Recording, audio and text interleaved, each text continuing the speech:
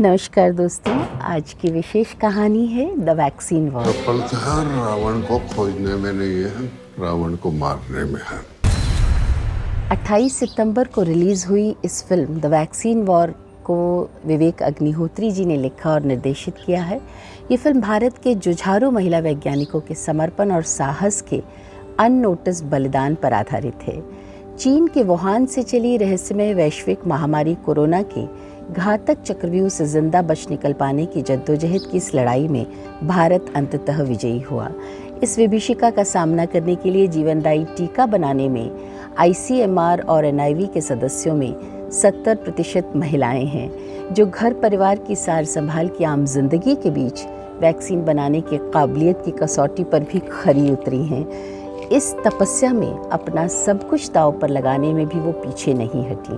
ये फिल्म उन्हीं मौन साधक भारतीय वैज्ञानिकों के बहाने से नींव की ईंट बनकर महान कार्यों के लिए खुद ही को मिटा देने वाली हर भारतीय महिला के लिए समर्पित है। इंडिया में इस सो कॉल्ड अननोन वायरस के साथ लड़ने की क्षमता अगर किसी में है तो वो है ICMR। लगभग 11 भाषाओं में बनी इस फिल्म को कोरोना के ऐतिहासिक डॉक्यूमेंटेशन के रूप में भी हम देख सकते हैं।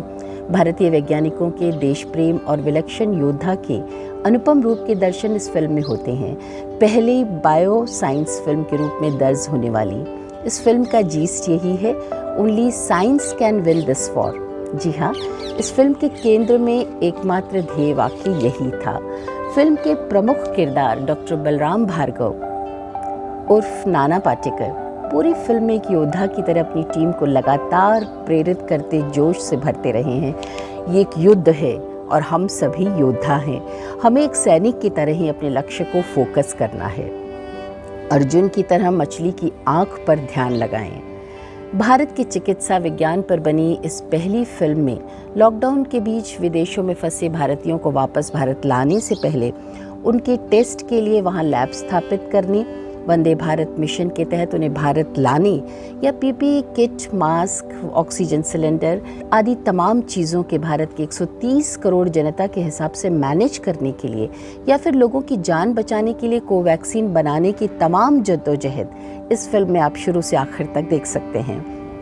प्राकृतिक कारणों से अस्तित्व में आए या फिर रिवर्स इंजीनियरिंग प्रोसेस से लैब में बने इस पल पल रंग बदलते अनजाने अजनबी वायरस से अचानक आनन फानन में हुआ ये युद्ध इतना आसान नहीं था दोस्तों।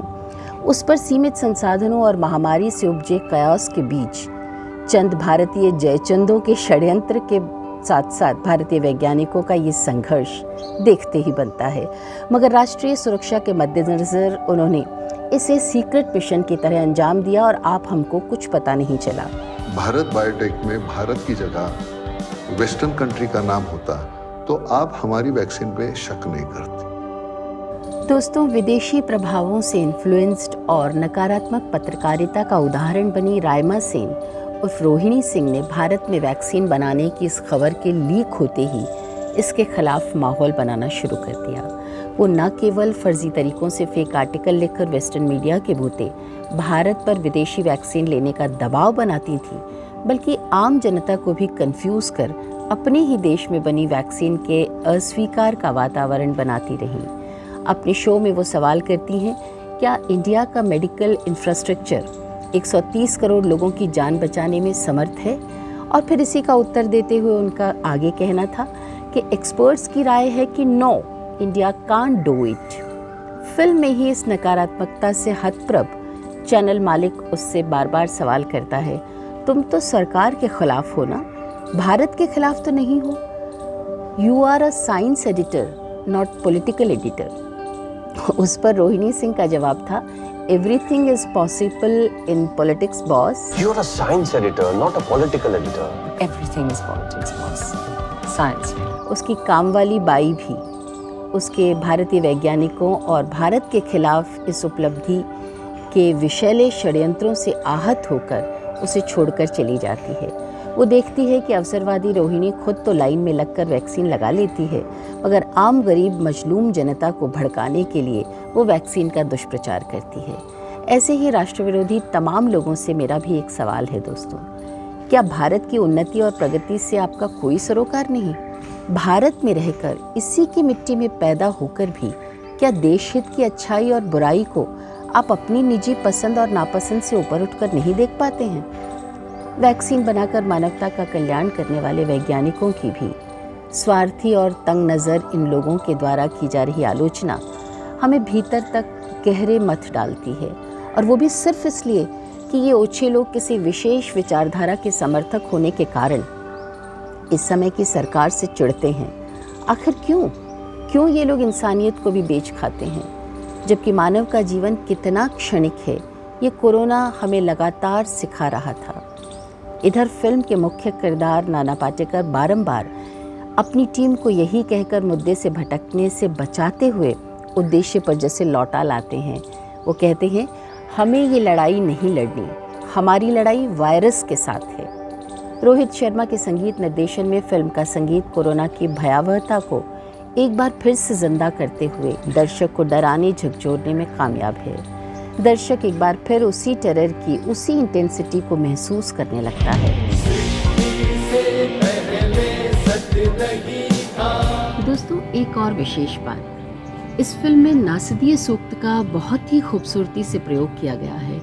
जब आप फिल्म को देखेंगे तो आप महसूस करेंगे कि जहाँ कहीं भी कोई समस्या आती थी, पात्र दिग्भ्रमित होता था या कोरोना की भयावहता से भयभीत होने लगते थे, तो पीछे से जो वो बैकग्राउंड साउंड नासदीय सूक्त का आता है, वो हमें भीतर तक जैसे एक अनोखे ताकत से, एक अनोखी ऊर्जा से भर देता है, और हम फिर से उस लड़ाई में पूरी शिद्दत से वो जो वैज्ञानिक हैं वो जुट जाते हैं। फिल्म कोरोना के दौर के दर्द को तो दर्शाता है, मगर उस दर्द की याद का मकसद उस दर्द से उबारने का है। ये दर्द को दर्शाते हुए उसमें डुबाता नहीं है। मुश्किलों के उस भीषण दौर में भी आशा, उम्मीद और धैर्य से अपने काम को तपस्या की तरह अंजाम देने वालों की ताकत दर्शाकर ये हमें शुक्राना अदा करने के लिए प्रेरित करती है।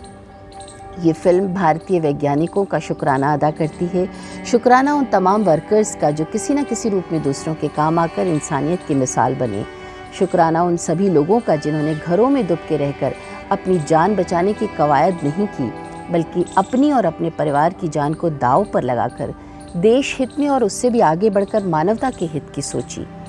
फिल्म के सभी किरदार, विशेषकर अनुपम खेर, पल्लवी जोशी, निवेदिता भट्टाचार्य, गिरिजा ओक, सप्तमी गोधा और तमाम लोग, सभी अपनी अपनी भूमिका में बहुत प्रभावित करते हैं और सच्चाई पूरी फिल्म में नज़र आती है। यूँ तो फिल्म का कोई एक हीरो या हीरोइन नहीं थे, मगर कहूँ तो फिल्म के मुख्य सूत्रधार नाना पाटेकर ने विलन मीडिया को भी विलन नहीं कहा। उनके अनुसार सारा दोष मैकाले की उसी षड्यंत्रकारी शिक्षा पद्धति से उपजी हीन भावना का है जो हम सब के भीतर थी। अंग्रेज़ों के भारत के विकास को दोयम दर्जे का समझने की प्रवृत्ति इसका एक मूल कारण है। ये फिल्म हमारी गुलाम मानसिकता पर एक करारा व्यंग है दोस्तों, क्योंकि तत्कालीन मालिकों के देश छोड़कर जाने के बाद भी ऐसे लोग आदतन भारत की उपलब्धि को भी बुरा ही कहते और समझते हैं।